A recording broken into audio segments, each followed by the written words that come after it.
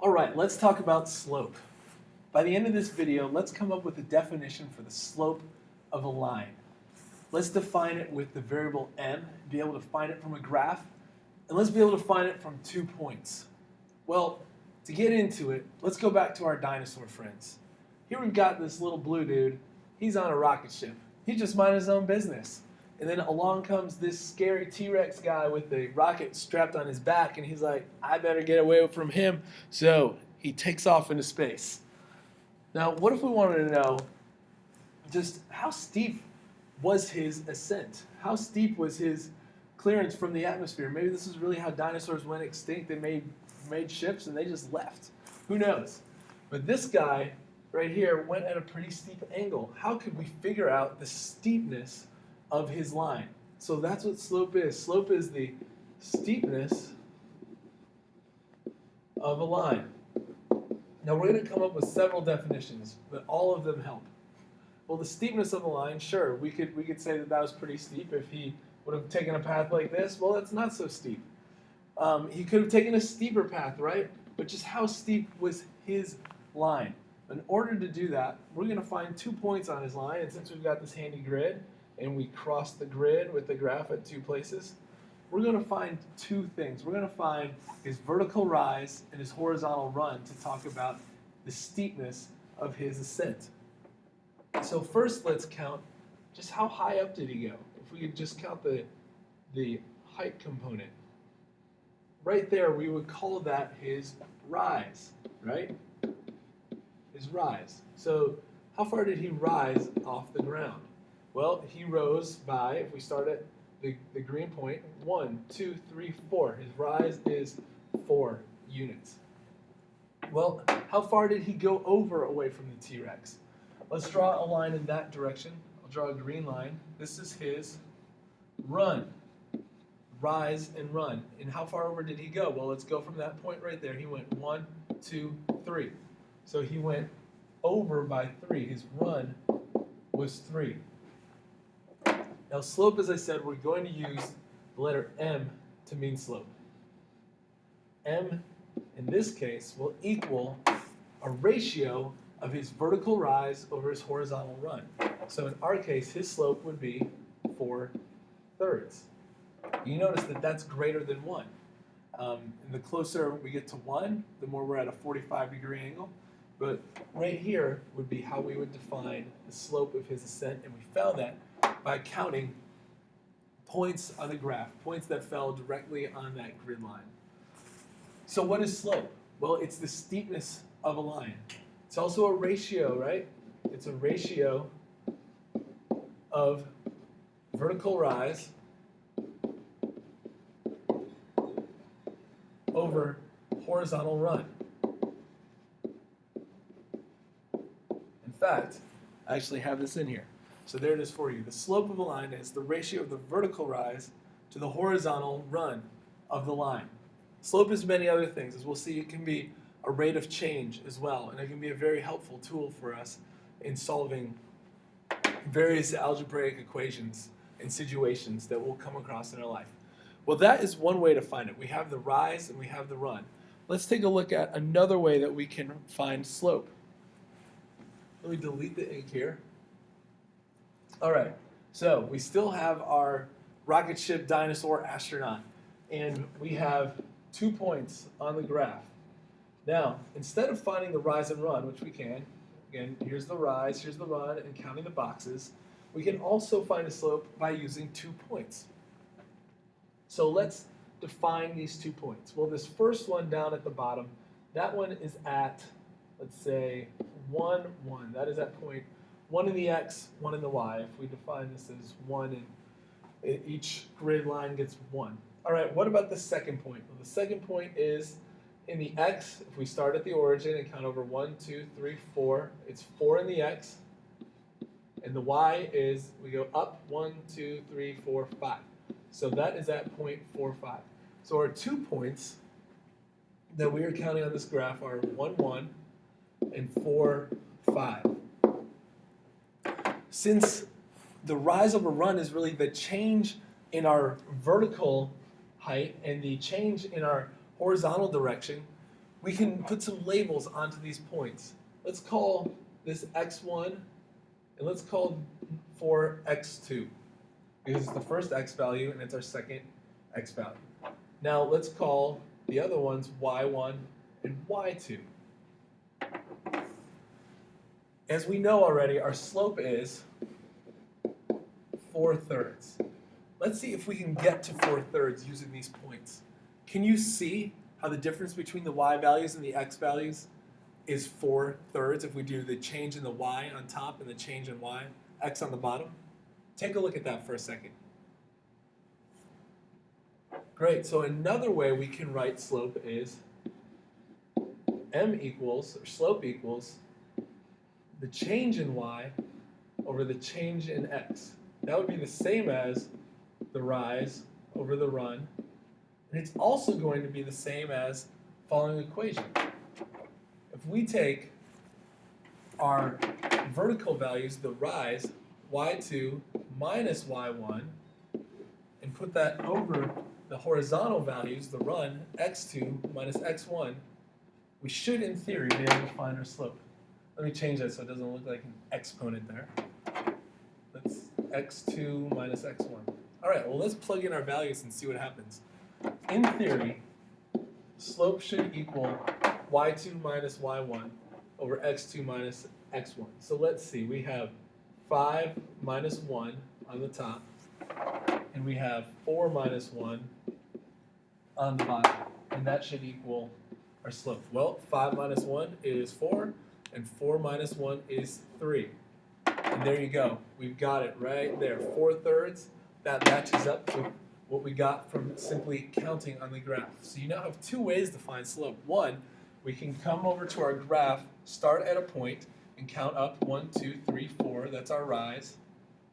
We're 4 in the y direction. And then our run would be 1, 2, 3. So we are 3 in the run, the horizontal, and it's 4 over 3. Or we can take the points and plug them into this equation right here. Let's look at a couple examples. All right, here's our skiing dinosaur. Our skiing dinosaur, when you ski, obviously, you go downhill. You go down a slope. This guy's loving life right now because he's out hitting the slopes late in the year. It's already spring, but he's getting that fresh spring, the last spring powder. Well, let's talk about his slope. How can we find this in a couple different ways? Well, let's find 2 points on the graph. Here's one where it crosses the grid lines, and here is another one. Remember, slope equals rise over run. It also equals the change in y over the change in x, and that also equals x2 minus x1. Oops, I did that wrong. y2 minus y1. y2, right, change in y is on the top. y2 minus y1 over x2 minus x1. And these aren't exponents when I say x2 and y2. These are just saying that it's the first y value and the second y value. Let's try by graphing first. See if you can do it. Do you see our run? Our run is completely along the y-axis. So here is our rise. That is our rise. Now, what do you notice about our rise? We're not going up, are we? So that will actually be a negative value. So our rise is, let's see, if we start at the green point, we go down 1, 2, 3 until we get down to the level of our second point. So our rise is -3. Let's talk about our run now. Our run is, we start at this point, at the bottom of our rise, and we draw a line over, that is our run, and we are over 1, 2, 3, 4, 5, 6. So our run is 6. So our rise over run, our slope will equal -3 over 6. Notice that our slope is now negative. What do you notice about a negative slope? It looks like it goes downhill as we move from left to right. Our positive slope went uphill as we went from left to right. So look at also -3 over 6. Can that be reduced? Yeah, it can. That can be reduced to -1 over 2. And that would be our slope. So in theory, just to check, What would be interesting is, could we have a rise of -1 and a run of 2? Let's go back to our graph and just check. Let's go back to our original point right here at the origin. What happens if we go down by 1 and over by 2? Look, we're back on the graph. So both the original -3/6 and the -1/2, they both work. And I could keep moving down 1, over 2, down 1, over 2, and I stay on that graph. Now let's prove it with the points. What is that first point that we found? Point number 1, where the green arrow is pointing, is at point, well, it's 0 in the x, and then it's up 3 in the y, so 0, 3. Point number 2 that we chose here is, let's see how far over it is, 1, 2, 3, 4, 5, 6. Yep, we had already counted that, 6 in the x, and it's 0 in the y. So now we have something a little different. We have zeros involved in the equation. So I'll write the points over here. We have 0, 3, and we have 6, 0. Now I'm going to label these as x1, y1, x2, y2. Now it doesn't matter which point is x1, y1, and which point is x2, y2, as long as you keep the 1's together and the y's together. You will still end up with the same slope, even if we had called this first one here x2, y2, and the second one x1, y1. You just need to be consistent. So our slope equals y2 minus y1, right? That's just the change in y over x2 minus x1. And we should get -1/2. Let's see what happens when we plug in the numbers. All right, y2 is 0, so we have 0 minus 3. All of that is over 6 minus 0. Those zeros actually help us out a lot. 0 minus 3 is -3. 6 minus 0 is 6. Well, there we go. We've got 6/3, which reduces to -1/2. And there you go. Give yourself a pat on the back. You did it. You did it 2 different ways. We used points, and we used counting the slope from the graph. Okay, let's run through 2 more. Make sure that we've got this down. Okay, here's 2 examples. Let's find the slope of the line through the given points. First, we'll use the graph, and then we'll use an equation to check. Well, here's our points. We're given our points right here, so let's plot them. Point number 1 is -4, 2. So if we start at the origin and go to -4, 1, 2, 3, 4, and then up 2. That is our first point, and our second point is at -6, 5. So we are at -6, that would be out here, and then up 5, 1, 2, 3, 4, 5. So those are our 2 points, and 2 points is all we need for a line. So we will connect a line through those 2 points right there. Now, let's see if we can count the rise and the run. First of all, looking at this, will this be a negative or positive slope? Is it going uphill as we move left to right, or downhill as we move left to right? You got it. It's going downhill. We got little skier man on here. There's his poles. He's skiing. Woohoo! Enjoy that snow. If you can get out again. All right, so let's take our 2 points and let's talk about our rise. Well, our rise in this case, since we're going, it's a downhill, it's a negative slope, is negative, and we go down by 3. So our rise equals -3, and our run is very short. To get back on the graph, our run is 2. So our slope equals -3 over 2. Let's see if we can prove that using the points. What are our 2 points? Well, they're given right up at the top. So let me label them. x1, y1, x2, y2.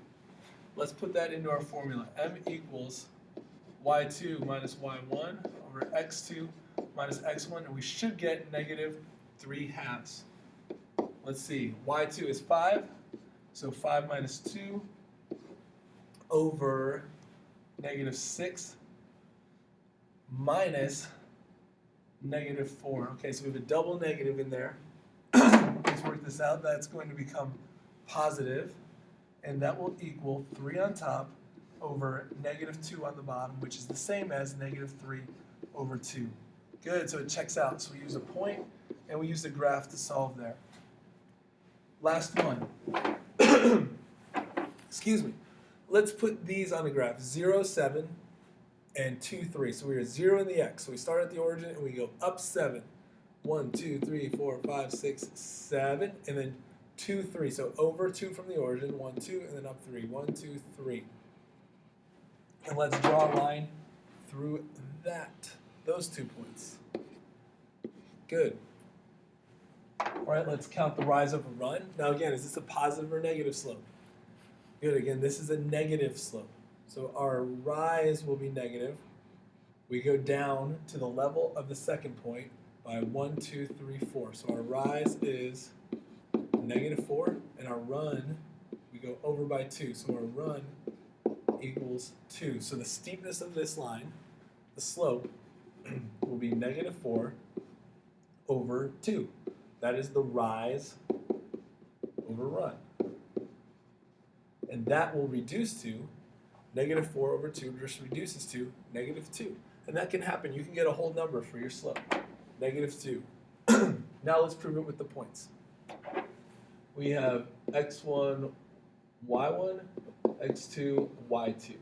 Let's plug that in. So the slope should equal y2 minus y1 over x2 minus x1, which would be in this case 3 minus 7 over 2 minus 0. Well, 3 minus 7 is -4. 2 minus 0 is 2. We have -4 halves, which reduces to -2. So there you go. We did it in 2 different ways. You now know all about slope and are slope experts. All right, our next and final page. Define the slope in 3 ways. List the steps to finding slope from a graph, and list the steps for finding slope from 2 points. That I would like you to complete on your own. See if you can look back in your notes, come up with these, and you will be a slope expert. And you'll be running with the dinosaurs on rockets. All right, guys. Catch you soon.